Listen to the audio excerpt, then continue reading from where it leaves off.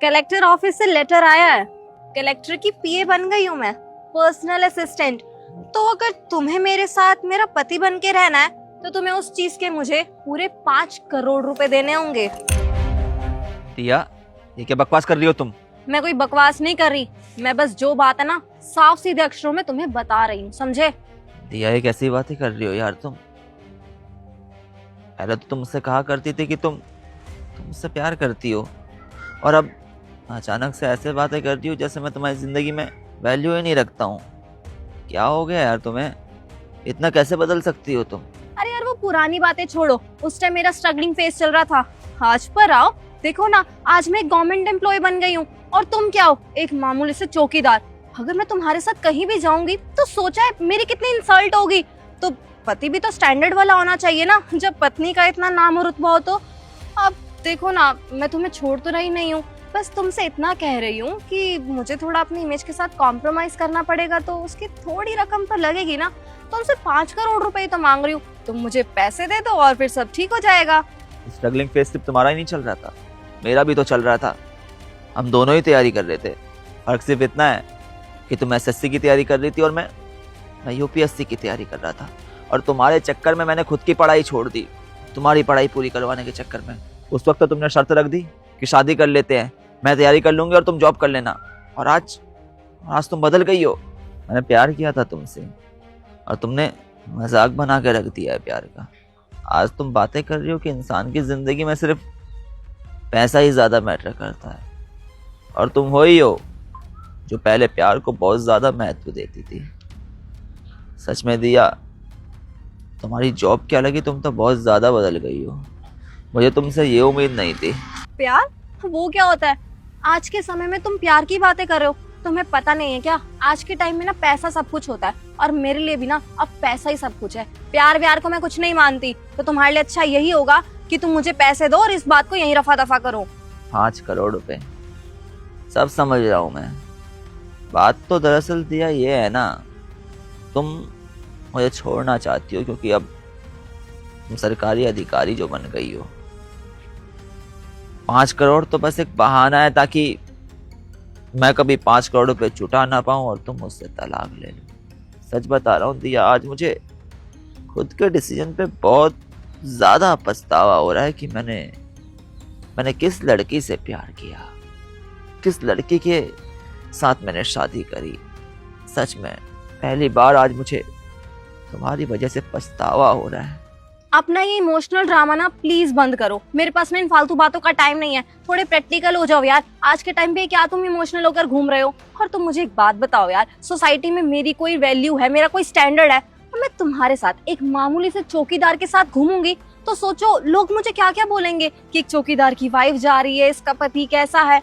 तो यार इन सब को सुनने के लिए कुछ तो वैल्यू लगेगी ना। तो मैं तुमसे सिर्फ 5 करोड़ ही तो मांग रही हूँ, कौन सा मैंने तुमसे 500 करोड़ रुपए मांग लिए। बस दिया, बस बहुत हो गया। मुझे पता है अब मैं रोकना भी चाहूंगा तो तुम मेरी जिंदगी में रोकोगे नहीं, क्योंकि तुम तो मन पहले से ही बना के आई हो मुझे छोड़ने का। लेकिन कोई बात नहीं, समझ लूंगा कि शायद तुम मेरी किस्मत में थे ही नहीं।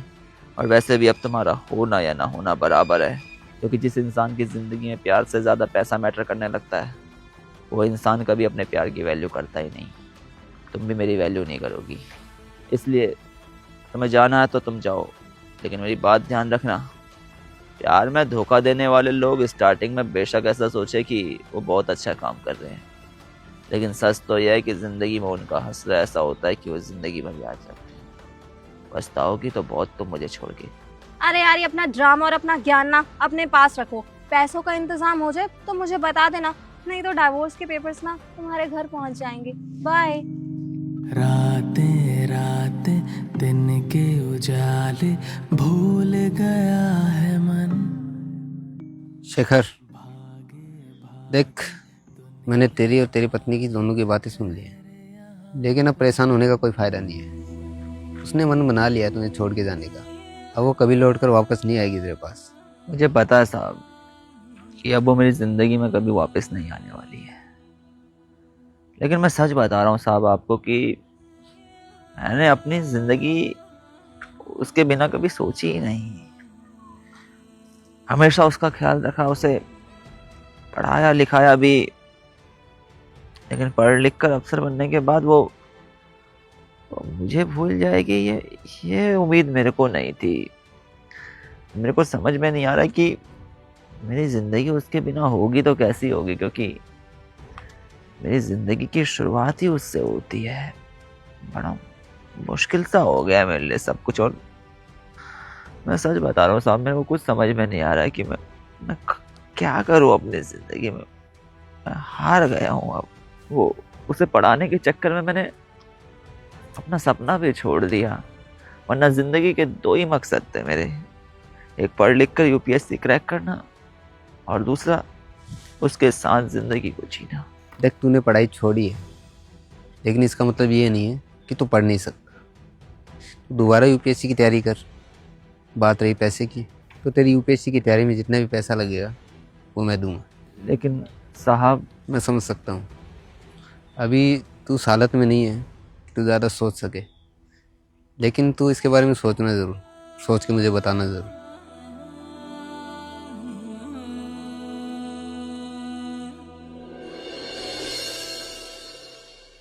बहुत कुछ लग रही है। कहाँ थी इतने दिनों से? अरे यार वो मैं बाहर घूमने गई थी, बस आज ही आई हूँ। तेरे को पता क्या हुआ है? जो नया कलेक्टर आया ना, उसने तेरी सारी की सारी पुरानी फाइलें निकलवा ली हैं, और जितना भी तूने करप्शन किया था ना, उसको सब कुछ पता चल गया है, और हर एक फाइल निकाल रहा है। यार हमें तो समझ में नहीं आ रहा कि कहाँ से पुरानी पुरानी फाइल आ रही है तेरी। क्या? नहीं, ये क्या बकवास कर रहा है तू? ऐसे कैसे पॉसिबल हो सकता है? देख, मुझे नहीं पता, मुझे तो लग रहा है ना जो कलेक्टर है ना, तेरे से पर्सनल दुश्मनी निकाल रहा है वो।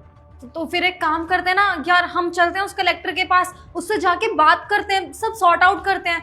ऐसे तो बहुत बड़ी प्रॉब्लम हो जाएगी यार, मेरी जॉब चली जाएगी। अबे पागल है क्या? तेरे चक्कर में अगर मैं तेरे साथ गया ना, तो अभी तो तेरी फाइलें निकल रही हैं, मैं गया तेरे साथ तो मेरी भी फाइलें निकालेगा वो।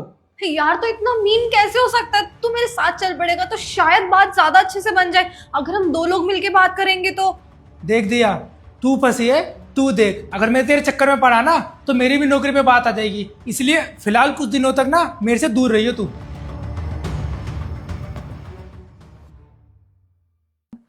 सर मैं दिया हूँ आपकी पीए।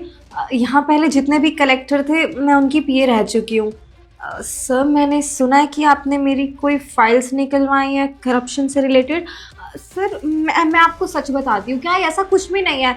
उन फाइल्स में ना ज़रूर कुछ गड़बड़ हुई है, वरना मैंने आज तक ऐसा कुछ काम नहीं किया। सर मैं बहुत ईमानदार ऑफिसर हूँ, मैं ऐसे काम नहीं करती। ईमानदार और तुम झूठ कम बोला करो, क्योंकि झूठ बोलते हुए तुम अच्छी नहीं लगती हो। और वैसे भी तुम झूठ किसके सामने बोल रही हो? मेरे सामने।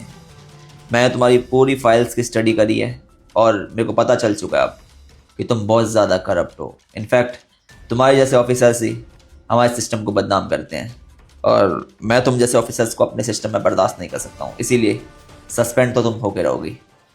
सर ये आप क्या कह रहे हैं? आप मुझे ऐसे सस्पेंड नहीं कर सकते, मैंने तो कुछ किया भी नहीं है। सर मैं आपको बोल रही हूँ फाइल सब नकली है। सर प्लीज मेरा विश्वास कीजिए, अगर आप मुझे ऐसे सस्पेंड कर देंगे तो सर मैं क्या करूंगी, सब कुछ खराब हो जाएगा। सर मैंने इतनी EMIs उठा रखी है, मेरा होम लोन चल रहा है। सर प्लीज मेरी बात को समझने की कोशिश कीजिए, प्लीज ऐसा मत कीजिए। सर आप इतने सीनियर ऑफिसर हैं, आपको तो मेरी मजबूरी समझनी चाहिए। मैं बहुत ज़्यादा मजबूर हूँ सर, मैं अकेली हूँ, मेरी कोई फैमिली भी नहीं है, मैं कैसे सब मैनेज करूँगी? Sir please try to understand. क्या तुम्हारी फैमिली नहीं है? क्यों, कहाँ है तुम्हारे फैमिली वाले? सर वो एक्चुअली मेरी फैमिली नहीं है। किसी टाइम पे मेरी शादी हो गई थी, लेकिन मेरी जॉब के बाद मेरे पति और मेरे बीच बहुत ज़्यादा ग्रजेस हो गए थे, और वो मुझे बहुत ज़्यादा सुनाते थे, बहुत टॉर्चर करते थे, इसलिए मैंने उनसे डाइवोर्स ले लिया। सर आप खुद समझिए ना, मैं अकेली हूँ, मैं कैसे सब कुछ मैनेज करूँगी? इतनी EMIs, इतना लोन, सर मैं पे ऑफ नहीं कर पाऊँगी। इसका मतलब तो ये हुआ कि तुम्हारा पति बहुत ही ज़्यादा गंदा इंसान था। हाँ सर वो बहुत गंदा इंसान था, मैं तो बहुत पछताती थी कि मैंने उस जैसे इंसान से शादी क्यों की। लेकिन पछतावा तो उससे होता है कि उसने तुमसे शादी कर। शेखर तुम यहाँ इस कुर्सी पे, तुम तो चौकीदार की जॉब करते थे ना, तो फिर आज ये कलेक्टर कैसे? हाँ, चौकीदार की जॉब कर रहा था, लेकिन तुम्हारे चक्कर में ही मुझे चौकीदार की जॉब करनी पड़ी थी, क्योंकि मैं तुम्हारे सपनों को पूरा करना चाहता था। तुम चाहती थी ना कि तुम्हें गवर्नमेंट ऑफिसर बनाओ, तो तुम्हारी पढ़ाई के चक्कर में मैंने खुद की पढ़ाई छोड़ी मेहनत करने लगा ताकि तुम्हारे सपनों को पूरा कर सकूं। लेकिन एट दी एंड तुमने मुझे अपने असली रंग दिखा दिए।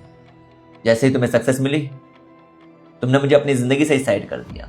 सच बताऊं दिया, तो तुम बहुत ही ज़्यादा लालची लड़की हो, जिसकी ज़िंदगी में सिर्फ पैसा मैटर करता है। और देखो आज तुम्हारा लालच तुम्हें कहाँ ले आया है। तुम्हारे लालच के चक्कर में आज तुम्हारी जॉब तुम्हारे हाथ से जाने वाली है। इसीलिए कहते हैं हद से ज़्यादा लालच भी नहीं करना चाहिए, क्योंकि हद से ज़्यादा लालच इंसान की ज़िंदगी को ख़राब करके रख देता है। दिया, जैसे कि अब मैं एक IAS ऑफिसर हूँ और इस नाते मेरी कुछ जिम्मेदारियाँ बनती है कि मैं अपने दायित्व को अच्छे से निभाऊँ। इसलिए मैं तुम्हें टर्मिनेट भी करवाऊँगा, साथ ही साथ तुम्हें सलाखों के पीछे भिजवाने की पूरी कोशिश करूँगा। शेखर मुझे माफ कर दो, मुझे पता है मुझसे पास्ट में बहुत सारी गलतियां हुई हैं। प्लीज मुझे इतनी बड़ी सजा मत दो। मैं तो तुम्हारी वाइफ हूँ ना, तो प्लीज मुझे पता है तुम मेरे साथ ऐसा कुछ नहीं होने दोगे जिससे मुझे सफर करना पड़े। शेखर प्लीज मुझे माफ कर दो। वाइफ नहीं हो तुम मेरी वाइफ थी। तुम भूल गई हो क्या किस तरह तुम मुझे छोड़ के गई थी जैसे तुम सक्सेसफुल हो गई थी। तुम्हारी एक नौकरी क्या लगी, तुम अपने उस पति को भूल गई जिसने इतने संघर्ष किए तुम्हारे लिए, जिसने इतने त्याग किए तुम्हारे लिए। तुम जैसे एहसान फरामोश लोग ना कभी किसी के सगे नहीं हो सकते दिया। मुझे तो घृणा आती है आज ये कहते हुए कि मैंने कभी तुमसे प्यार किया था। तुम जैसी लड़की प्यार के लायक ही नहीं है। बाकी दिया, तुम मेरी पत्नी थी, लेकिन अभी तुम एक मुजरिम हो और मुजरिम को सजा मिलना बेहद ज़रूरी है। इसीलिए एक ईमानदार ऑफिसर होने के नाते मेरा ये फ़र्ज़ बनता है कि मैं तुम्हें कड़ी से कड़ी सज़ा दिलवाऊंगा। और वादा रहा मेरा दिया तुमसे कि मैं तुम्हारी सज़ा को और ज़्यादा करवाने की ही कोशिश करूंगा, और हो सकेगा तो तुम्हें जेल भी करवाऊंगा। तैयार रहना, जल्दी तुम्हारे घर अरेस्ट वारंट भी आएगा, क्योंकि तुमने गरीब लोगों का हक खाया है, और जो इंसान गरीब लोगों का हक खाता है उसे सज़ा मिलनी ही चाहिए। तुम्हें भी मिलेगी। शेखर प्लीज ऐसा मत करो, प्लीज वो फाइल्स मत खुलवाओ शेखर। बोला ना जाओ।